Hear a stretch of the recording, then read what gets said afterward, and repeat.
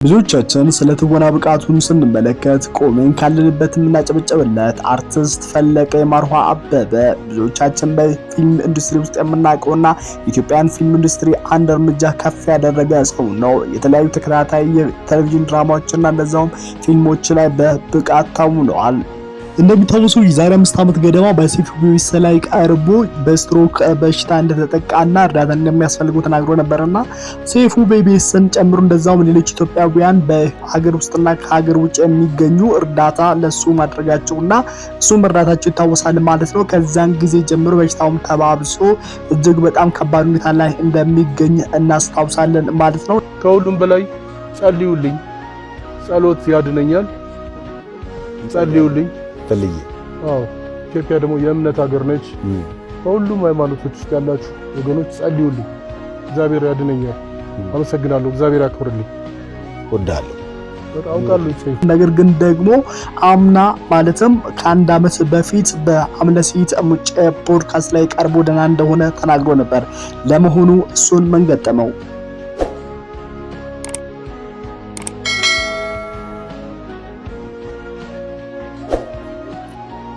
ወደ ኪነ ጥበብ ሙያ የገባበትን ጊዜ ታስታውሳለህ? ጥበብ ጠርታኝ ነው የሄድኩት። ከኔ በጣም ይበልጠኝ ሰይፉ ፋንታውን የሚባል ሰው ነበር። ጋሽ ስብሐት ገብረ እግዚአብሔርን በቅርበት ታውቃቸዋለህ? ብዙ ጊዜ አብረሃቸው አሳልፈሃል። እኔ ከጋሽ ስብሐት ጋር ቀኑን ሙሉ አብሬ ብውል አንድም ጊዜ አላወራም። የጥሪ ወረቀቷ ላይ ትዝ የሚለኝ እርጅና መጣና ድቅና ለፊቴ። የአእምሮ ምቾት ላይ መኖር የሚችል ሰው ነበር ማለት ነው። ገበሬ ጓበሬው እንግዲህ የእናንተ ጥያቄ መሆን የሚችለው የዛሬ 5 ዓመት ታሞ አሁን ግን አምና ላይ መጥቶ ፖድካስት ላይ እንደዚህ ደህና ሆኖ ተሽሎት ድኖ ከቀረበ አሁንስ ምን ሆኖ ነው? አሁን ምን ገጠመው ልትሉሽ አላችሁ። እንግዲህ አንድ መንገደኛ ድንገት እሱን መንገድ ላይ አይቶ ይህንን ቪዲዮ ሲቀርጽ እጅግ በጣም ብዙ ሰዎች በተለይ የሱም የሚያውቁት እና እሱን የሚያደንቁት የሱ ፊልም ያዩት በጣም ብዙ ኢትዮጵያውያን በሚባል ደረጃ በጣም አዝነዋል።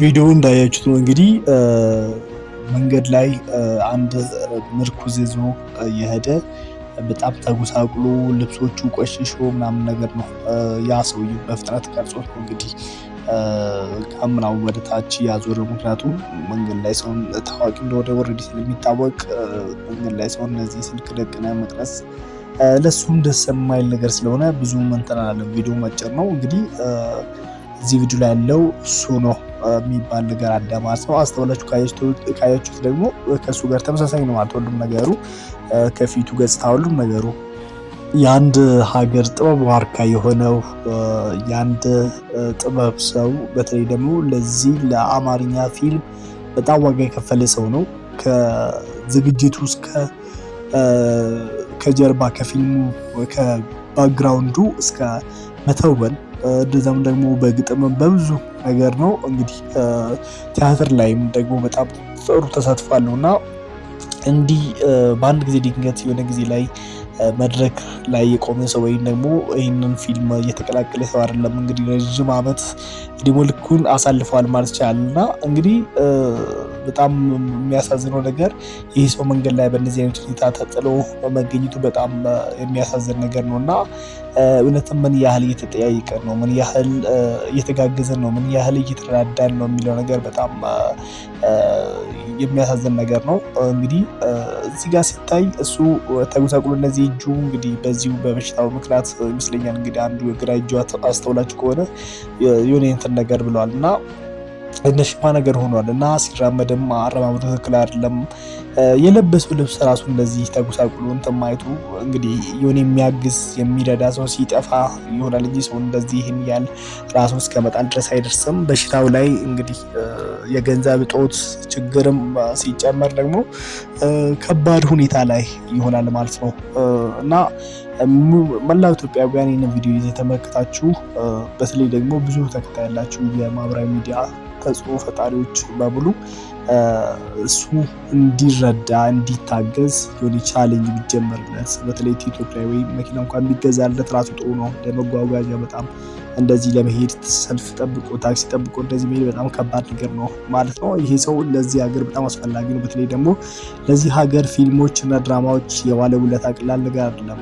የዚህ ሀገርን ጥበብ አንድ እርምጃ ከፍ አድርጓል ሳይሆን በሁለት እግር አቁሟል ማለት ይቻላል። እና የትወና ብቃቱን ብዙ ፊልሞቹ ላይ አይታችሁ ከሆነ በጣም ጎበዝ ነው። የዛሬ ሰውም አይደለም። በድሮ ከ1980ዎች ምናምን ጊዜ ጀምሮ ነው እንግዲህ ፊልም ላይ መታየት የጀመረው መስራት የጀመረው እና ይህ ሰው ቢረዳ ቢታገዝ ጥሩ ነው። እንደዛም ደግሞ የተሻለ ሕክምና ወደሚሰጥበት ቦታ ቢወሰድና የተሻለ ሕክምና እንዲያገኝ ቢደረግ ይመስላችኋል? እኔ በበኩሌ ትንሽ ተሰምቶኛል እንደዚህ ማለቴ። በተለይ ደግሞ አምና እንግዲህ ማለት አንድ አመት ቢሆነው ነው ከአምለሰት ሙጬ ጋር ያደረገው ፖድካስት ቃለመጠይቅ ላይ ካያችሁ ጥሩ ዘንጦ ነበር። መልኩ ተመልሶ ደስ ብሎታል። ግን በዚህ በአንድ አመት ውስጥ ደግሞ እንደዚህ ተኩሳኩሎ ራሱን ጥሎ በቃ ቆሽሹ መታየቱ በጣም የሚያሳዝን እና የሚያስከፋ አንገትን የሚያስደፋ ነገር ነው። ይሄ የሁላችንም ነው። ምክንያቱም እንግዲህ ይህን የመሰለ የጥበብ ሰው እኛ ዜታ አለን ኢትዮጵያውያን። አሁን ብዙዎች እንኳን እኛ ጥሩ ኑሮ አለን ብለን እኮ ቲክቶክ ምናምን የሚባል ነገር ላይ የምናሳዩ ነገር ብዙ ነገር አለ። ነገር ግን ደግሞ ከኛ ከጎናችን ወንድማችን ተቸግሮ እንደዚህ ሲሰቃይ እያየን ግን እኛ የማይሆን ነገር ላይ ለግዠሪ የሆነ ነገር ላይ በጣም ውድ የሆነ ነገር ላይ ገንዘባችን ስናጠፋ ስናባክን ምንም ለማይጠቅም ለሚያልፈ ነገር ላይ እንግዲህ ይታያል ማለት ነው። እኛም ጌት ነን ብለን ቁመን ራሳችንን መጠየቅ አለብን ብዬ አስባለሁ ማለት ነው። አርቲስት ፈለቀ የማሩሃ አበበ ይሄ ይገባዋል ብዬ አላሰብም እና ሁላችንም ለምን አንጠይቀውም? አንድ ቻሌንጅ ቢጀመርለት እና ቢታገዝ ምን ላይ እንደሆነ ምን አይነት ሁኔታ ላይ እንደሆነ በጤናው በህይወቱ በአኗኗሩ ምን አይነት ሁኔታ ላይ እንደሆነ ቢጠየቅ መልካም ነው ብዬ አስባለሁ። ዳግም በሰይፉ ኢቢኤስ ላይ የመቅረብ እድል ቢያገኝ በጣም ጥሩ ነው። ካልሆነም ደግሞ አሁን በጣም ብዙ ታዋቂዎች አሉ ልክ እንደነ አዶናይ እንግዲህ ለብዙ ሰዎች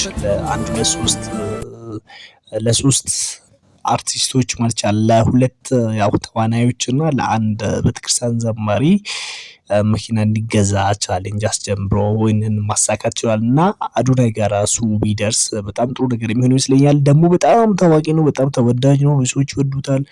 እርግጠኛ ሆኜ ህዝቡ በደንብ ጥሩ ነገር እንደሚያደርግለት ለወደፊት ህይወቱ ራሱ ለዛሬ ብቻም ሳይሆን ደግሞ ለወደፊት ህይወቱ ራሱ የሆነ ጥሩ ነገር የሚሆን መሰረት የሚጥሉለት ይመስለኛል እና ይሄ ነገር ቢጀመር ምን ይመስላችኋል? ይህንን ቪዲዮ ተመልክታችሁ በሙሉ ለጓደኞቻችሁ ሼር አድርጉ።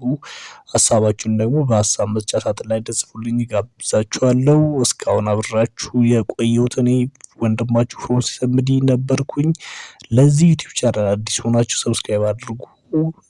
አዲስ ያልሆናችሁ ደግሞ ላይክ ሼር ማድረግ እንዳይረሳ እላለሁ። ወዳችኋለሁ። ሰላም ሁኑልኝ።